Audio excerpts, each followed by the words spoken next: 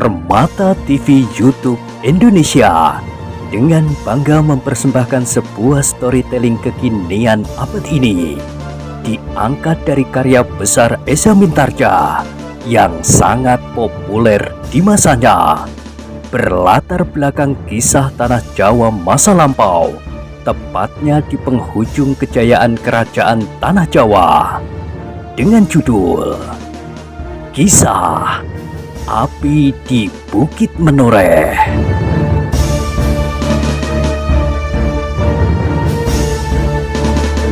Pada kesempatan yang sangat baik ini, kita masuk pada episode yang ke-350.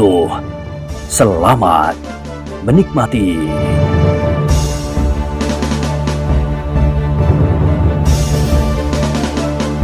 Pada episode sebelumnya telah diceritakan, pemimpin pengawal itu menjadi berdebar-debar. Dipandanginya saja Agung Sedayu yang berjalan dengan tenangnya ke tengah-tengah halaman rumah Ki Argojoyo. Meskipun disaput oleh kerembangan malam, namun bayangannya masih juga tampak dari jarak yang agak jauh. Dan ternyata bahwa orang-orang yang melontarkan anak panah itu masih belum meninggalkan halaman itu. Mereka mengerutkan kening mereka ketika tampak seseorang yang dengan tenangnya justru menampakkan dirinya. Sejenak kedua orang yang melontarkan anak panah itu memandangi bayangan di halaman dengan herannya.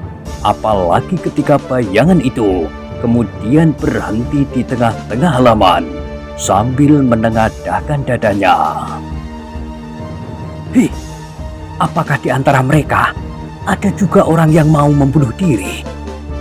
Pertanyaan itu melonjak di dalam dada kedua orang yang sedang bersembunyi dengan anak panah yang siap diluncurkan. Tetapi ternyata bayangan hitam di halaman itu tidak segera beranjak pergi. Salah seorang dari kedua orang yang sudah siap dengan busur dan anak panah itu pun mendekati kawannya. Perlahan dia berbisik, "Hei, kau lihat orang aneh itu?" "Iya," sahut kawannya. "Apa katamu tentang orang itu?" "Mungkin ia sedang memancing anak panah kita agar mereka mengetahui arah tempat kita bersembunyi."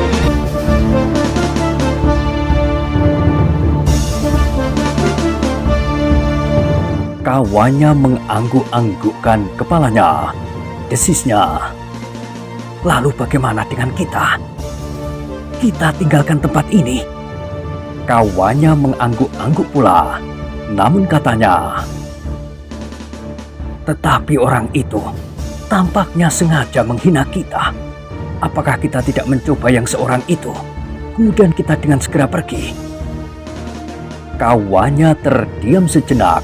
Lalu katanya, "Terserah kepadamu." Yang tangannya menjadi gatal itu mengerutkan keningnya. Kemudian diangkatnya busurnya. Dengan cermatnya dibidiknya bayangan orang yang ada di tengah-tengah halaman itu. "Aku ingin mengenai dadanya. Bidikanku tidak pernah meleset apabila sasaran itu tetap di tempatnya." Kawannya tidak menjawab. Dipandanginya kawannya yang telah mulai menarik tali busurnya sambil menahan nafas. Sejenak kemudian, anak panah itu meluncur secepat tatit menyambar bayangan hitam di halaman. Suaranya berdesing di dalam gelapnya malam. Agung Sedayu yang sudah terlatih baik segala alat inderanya segera mendengar desing anak panah. Meskipun malam masih tetap kelam, namun oleh ketajaman pendengaran dan tatapan matanya, Agung Sedayu segera dapat mengerti dengan pasti dari mana dan kemana anak panah itu meluncur. Karena itu, maka segera ia mengibaskan ikat kepalanya berputaran di depan dadanya sambil memiringkan tubuhnya. Hampir tidak masuk akal, tetapi para pengawal dan bahkan mereka yang sedang bersembunyi dengan busur dan anak panah itu kemudian melihat panahnya tersangkut pada ikat kepala. yang sedang berputar itu. "Hei!" desis salah seorang dari kedua orang yang sedang bersembunyi itu. "Apa yang kau lihat?" "Ia mengibaskan selembar kain. Dan anak panah itu agaknya tersangkut pada kain itu." Ia berhenti sejenak, lalu katanya, "Lihat, ia rupa-rupanya sedang mencabut anak panah itu." "Setan alas!" geram salah seorang dari mereka. "Siapakah orang itu? Kita harus segera pergi. Kalau tidak, kita akan dapat dijebaknya. Orang itu benar-benar luar biasa." "Apakah orang itu Ki Argojoyo?" Kawannya menggelengkan kepalanya. "Tidak jelas, tetapi menilik tinggi tubuhnya. Agaknya bukan."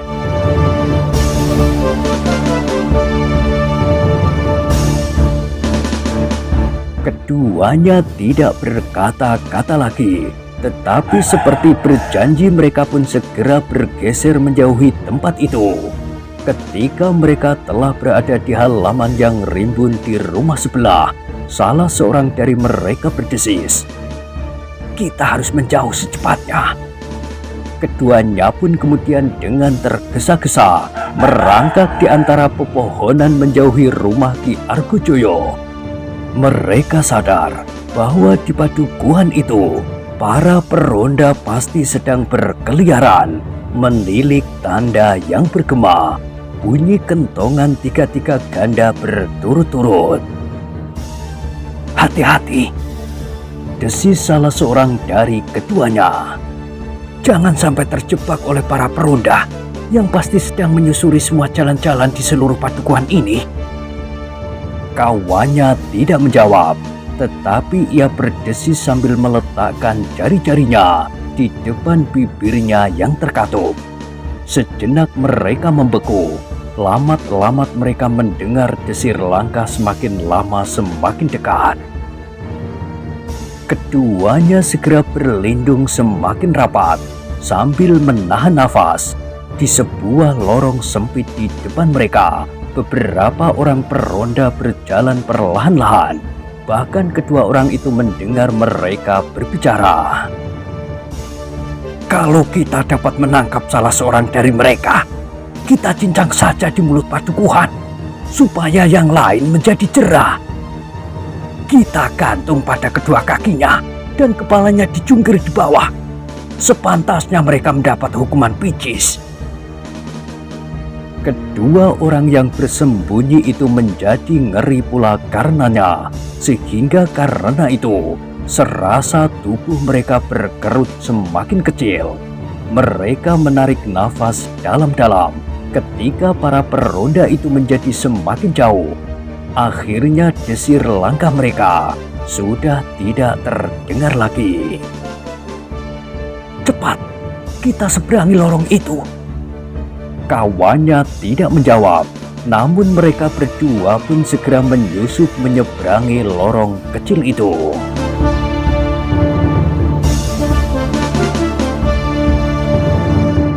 Sementara itu, perhatian para pengawal di rumah Ki Argojoyo benar-benar sedang dicekam oleh serangan anak panah di halaman depan. Sehingga seperti yang diperhitungkan oleh kawan-kawan putra Ki Argojoyo, mereka hampir tidak menaruh perhatian sama sekali kepada segerumbul perdu yang rimbun di samping kandang. Mereka benar-benar tidak melihat ketika dua orang anak muda meloncati dinding batu dan bersembunyi di dalam gerumbul itu. Meskipun ada beberapa orang penjaga di halaman belakang, namun mereka pun sedang dipengaruhi oleh kemungkinan serangan-serangan anak panah yang tiba-tiba saja dapat menyambar mereka, seperti yang terjadi di halaman depan. Dalam saat-saat yang demikian itulah, dua orang anak muda yang berada di balik gerumbul-gerumbul perdu itu berkisar selangkah demi selangkah mendekati sudut rumah. Seperti yang mereka harapkan, maka perhatian para penjaga benar-benar telah terampas oleh api dan serangan anak panah yang tidak mereka ketahui dari mana asalnya itu. Agung Sedayu yang berada di halaman depan pun sama sekali tidak menyangka bahwa di dalam pengawasan yang demikian rapatnya masih juga ada seseorang yang berani memasuki halaman. Sehingga karena itu, maka ia pun tidak menduga sama sekali bahwa ada dua orang yang kini sedang memanjat sisi rumah di sebelah kandang. Meskipun para pengawal sama sekali tidak menjadi lengah, tetapi mereka benar-benar tidak melihat dua orang yang dengan susah payah telah berhasil naik ke atas atap. Perhatian para pengawal masih tetap tertuju kepada setiap kemungkinan yang datang dari luar dinding halaman. Yang mereka bayangkan adalah kemungkinan serangan kekuatan-kekuatan terakhir dari sisa-sisa pasukan Sidanti. Sejenak kemudian pemimpin pengawal yang ada di halaman depan rumah Ki Argojoyo melihat beberapa peronda mendatanginya. Kemudian salah seorang peronda itu bertanya, "Bukankah halaman ini tidak mendapat gangguan?" "Pada dasarnya tidak," jawab pemimpin pengawal. "Kenapa pada dasarnya?" "Ada beberapa anak panah yang meluncur ke halaman, tetapi kemudian terhenti." "Jadi ada orang-orang yang telah menyerang kalian dengan anak panah?" "Hanya 2 atau 3 orang," sahut Agung Sedayu. "Di mana mereka sekarang?" "Kami tidak tahu. Aku kira mereka sudah melarikan diri." "Kalian membiarkan saja mereka lari?" "Kami tidak dapat keluar dari halaman ini. Kami tidak ingin terjadi salah paham dengan kalian. Di dalam gelap, kadang-kadang kita sukar membedakan siapakah yang kita hadapi." Para peronda itu mengangguk-anggukkan kepalanya. "Kita akan mencarinya di seluruh padukuhan," berkata peronda itu. "Tetapi jangan kalian harapkan kami dapat menemukan mereka. Masih ada 1-2 orang yang bersedia menyembunyikan orang-orang itu. Atau barangkali mereka sudah meloncati dinding padukuhan yang sekian panjangnya, yang sudah tentu tidak dapat kami awasi seluruhnya dalam waktu yang bersamaan." Pemimpin pengawal di halaman itu mengangguk-anggukkan kepalanya. Ia mengerti betapa sulitnya tugas para pengawal padukuhan itu, karena pada suatu waktu ia pun pernah bertugas di padukuhan itu pula. Ketika para peronda itu pergi, maka pemimpin pengawal itu dan Agung Sedayu duduk di tangga pendopo rumah yang sepi itu tanpa berprasangka apapun, apalagi menyangka bahwa kini 2 orang anak-anak muda di atas atap itu sudah merambat mendekati sebuah lubang yang memang sudah mereka buat tepat di atas bilik yang malam itu dipergunakan oleh Sekar Merah. Dengan hati-hati keduanya berusaha membuka lubang itu. Sekali-sekali mereka mengamati suara-suara yang masih mungkin terdengar di dalam rumah. Namun agaknya rumah itu sudah sepi. "Apakah mereka tidak terbangun oleh suara kentongan?" bisik kawannya. "Mungkin kita masih harus menunggu sejenak." Kawannya pun mengangguk-anggukkan kepalanya. Mereka tidak dapat tergesa-gesa masuk ke dalam bilik itu. Memang kemungkinan bahwa isi rumah itu terbangun adalah besar sekali. Tetapi rumah itu agaknya benar-benar sudah dicekam oleh kesenyapan. Lelah dan kantuk agaknya telah menguasai seluruh isinya. Apalagi mereka mempercayai para pengawal yang ada di luar rumah itu sepenuhnya. Sehingga tidak seorang pun dari isi rumah itu yang keluar meskipun mereka mendengar juga suara kentongan di kejauhan.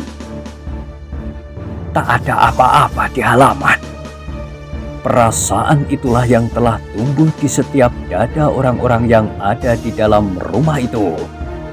Setelah menunggu sejenak dan kedua anak-anak muda yang ada di atas atap itu tidak mendengar suara apa-apa sama sekali, maka mulailah mereka mencoba memasuki bilik dalam.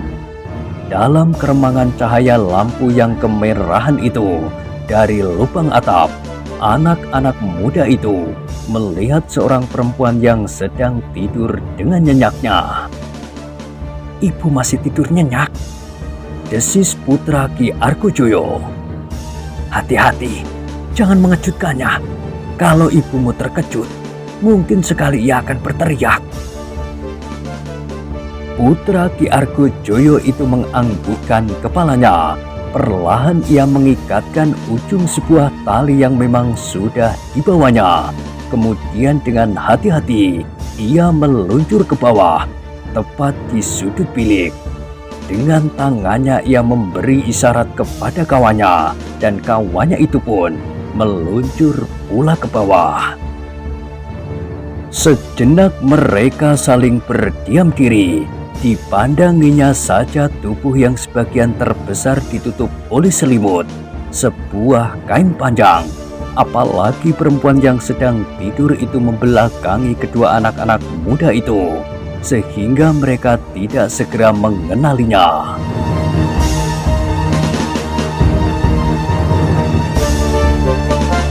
"Apakah kita biarkan saja ibu tidur dan kita langsung mencari ayah?" desis putra Ki Argojoyo. "Tidak, sebaiknya ibumu kau bangunkan, supaya ia tidak terkejut dan justru berteriak-teriak." Sejenak anak muda itu berpikir, namun kemudian ia menganggukkan kepalanya. "Baiklah." Perlahan-lahan ia maju selangkah, tetapi langkahnya tertegun ketika ia melihat perempuan itu bergerak. Dan bahkan darahnya tersirap ketika ia mendengar suara. "Kalian tidak usah membangunkan aku." Putra Ki Argojoyo itu surut selangkah. Matanya terbelalak ketika ia kemudian melihat siapakah yang tidur di dalam bilik itu. Sekar Mirah yang ternyata mendengar seluruhnya apa yang telah terjadi di atas biliknya itu. Kemudian dua orang meluncur turun pula, perlahan-lahan bangkit dan duduk di bibir pembaringan. Kedua anak muda yang memasuki bilik itu pun seakan-akan membeku di tempatnya. Sejenak mereka terpesona melihat seorang gadis cantik berada di bilik itu, bilik yang biasanya dipakai oleh ibunya. Sekar Mirah yang duduk di pembaringan itu masih saja duduk di tempatnya. Dipandanginya kedua anak muda yang terheran-heran itu sambil tersenyum. "Siapakah kau?" desis putra Ki Argojoyo. "Aku kira kaulah putra Ki Argojoyo yang selama ini seakan-akan telah menghilang." "Siapa kau?" ulang putra Ki Argojoyo itu. "Dan kenapa kau ada di sini?"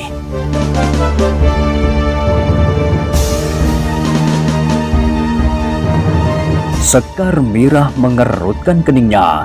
Dipandanginya saja anak muda yang berdiri termangu-mangu itu. Anak muda yang berperawakan sedang, namun dengan sorot mata yang berapi-api. "Kalau saja anak ini sempat memelihara dirinya, ia adalah anak muda yang tampan," desis Sekar Mirah di dalam hati. "Hei, kau belum menjawab." "Aku?" Sekar Mirah memiringkan kepalanya. "Aku adalah tamu Ki Argojoyo. Apakah kau belum tahu bahwa ayahmu sudah pulang hari ini?" Anak muda itu tidak menjawab. Hatinya menjadi semakin berdebar-debar setiap kali ia melihat gadis itu tersenyum. Tiba-tiba saja kawannya menggamitnya sambil bertanya, "Apakah gadis itu bukan saudaramu? Saudara yang datang dari jauh. atau dari manapun juga. Putra Ki Argojoyo itu menggelengkan kepalanya. Jadi kau belum mengenalnya dan sama sekali tidak ada hubungan apapun? Sekali lagi anak muda itu menggeleng. Sekar Mirah yang masih duduk di pinggir pembaringan itu memandangnya dengan seksama. Di dalam hatinya ia berkata, anak ini memang agak mirip dengan si Danti. Sorot matanya yang berapi-api, bibirnya yang terkatup, dan apanya lagi? Sekar Mirah menarik nafas. Keduanya adalah saudara sepupu. Tetapi Sekar Mirah sama sekali tidak mengerti bahwa sebenarnya anak itu tidak mempunyai hubungan darah dengan si Danti.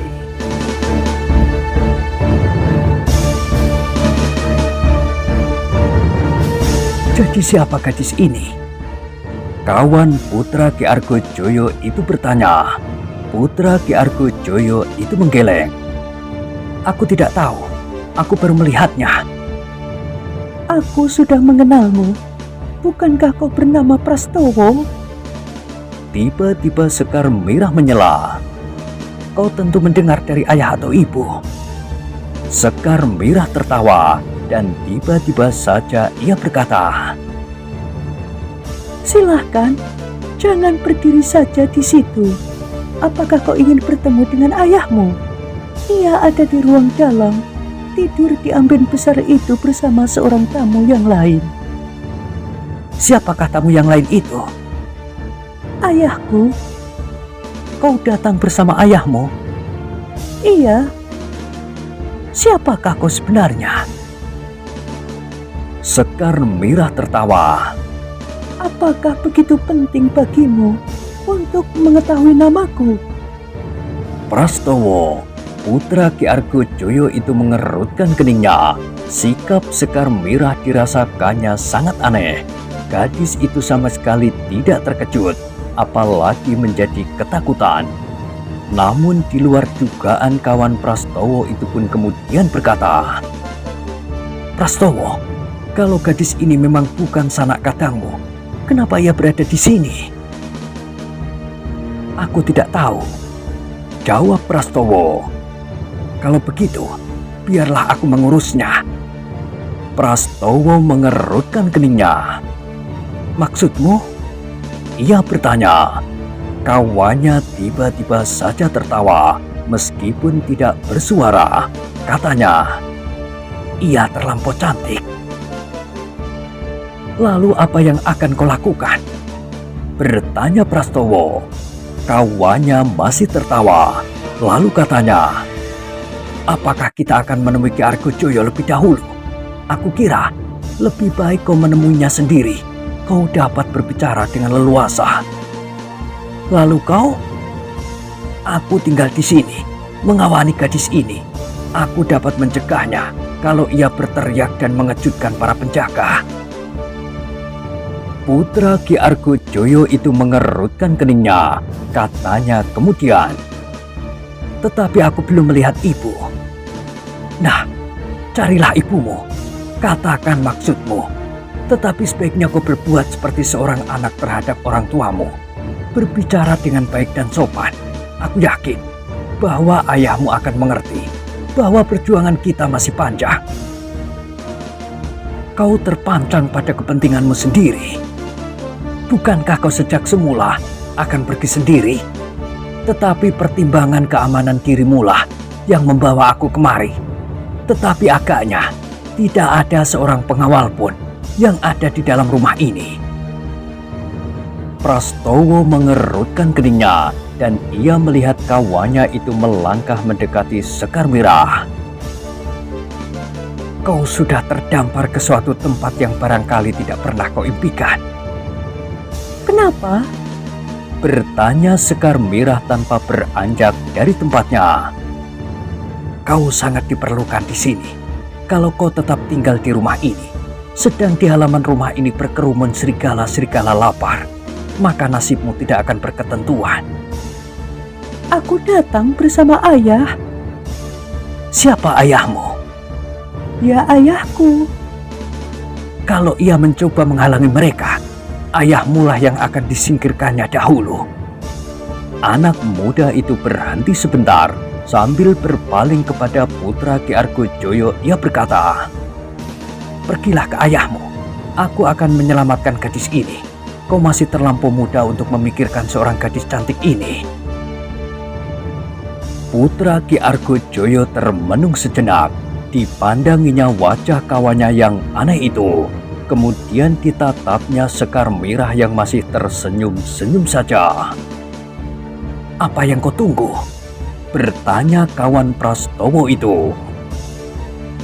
"Aku tidak mengerti kenapa gadis itu di sini. Jangan hiraukan, biarlah aku yang mengurusnya. Sekarang kau temui ibu dan kemudian ayahmu." Sekali lagi Prastowo memandang wajah Sekar Mirah. Ia tidak dapat mengerti kenapa sikapnya begitu ramah menerima kedatangan orang yang belum dikenalnya di tempat yang asing baginya. "Jangan tunggu sampai pagi," desis kawannya. Prastowo menganggukkan kepalanya. Katanya, "Baiklah, aku akan menemui ibu dan ayah. Tetapi kalau aku tidak dapat berbicara dengan mulutku, maka aku akan berbicara dengan senjataku. Pertimbangkan baik-baik." "Aku sudah mengerti." "Terserahlah." Ternyata kawannya itu sama sekali sudah tidak menghiraukan lagi apa yang akan dilakukan oleh putra Ki Argojoyo itu.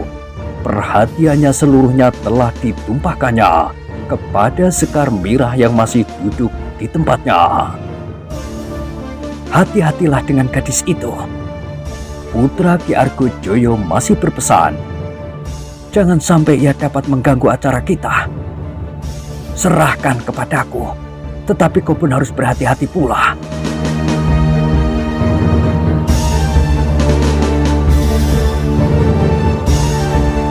Putra Ki Argojoyo itu pun kemudian dengan sangat hati-hati menyibakkan pintu lerek di bilik itu.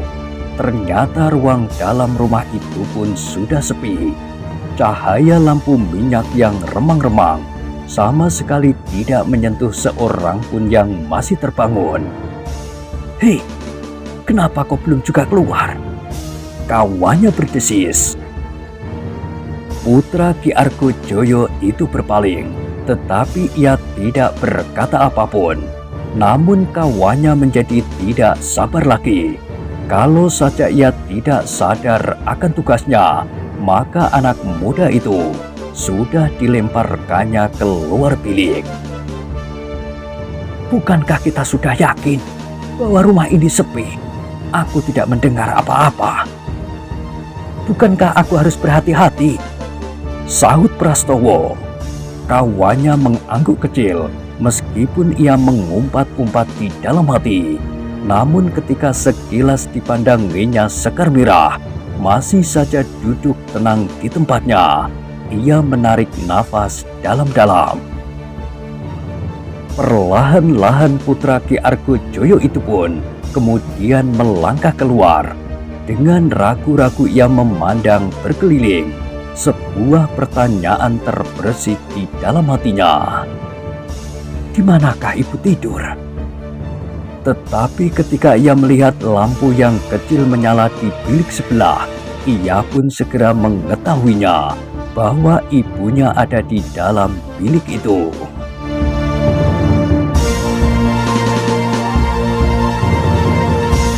Aku harus menemuinya dahulu, supaya ibu tidak berteriak-teriak.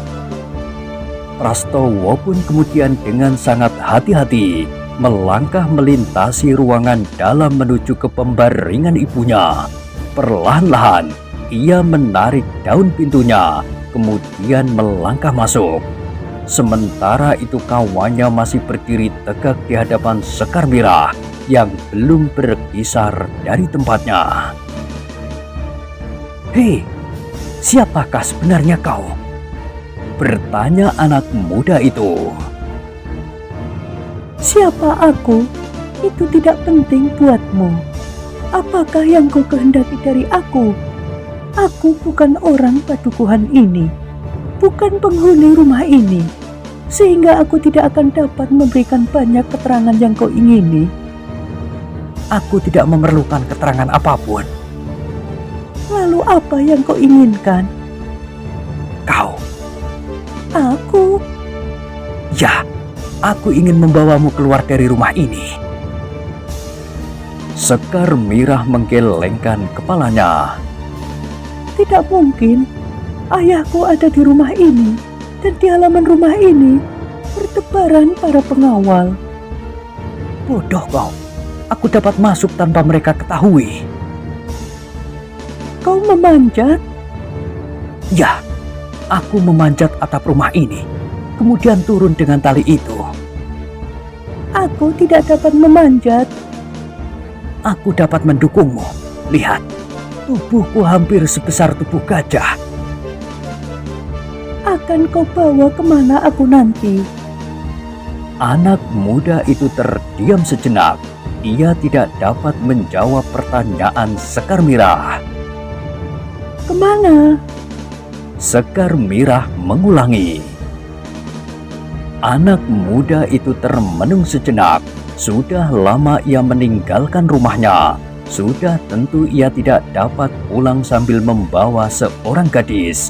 Seandainya demikian, maka ia pasti akan segera ditangkap oleh para pengawal yang sekarang sudah menguasai hampir semua sudut-sudut tanah perdikan ini.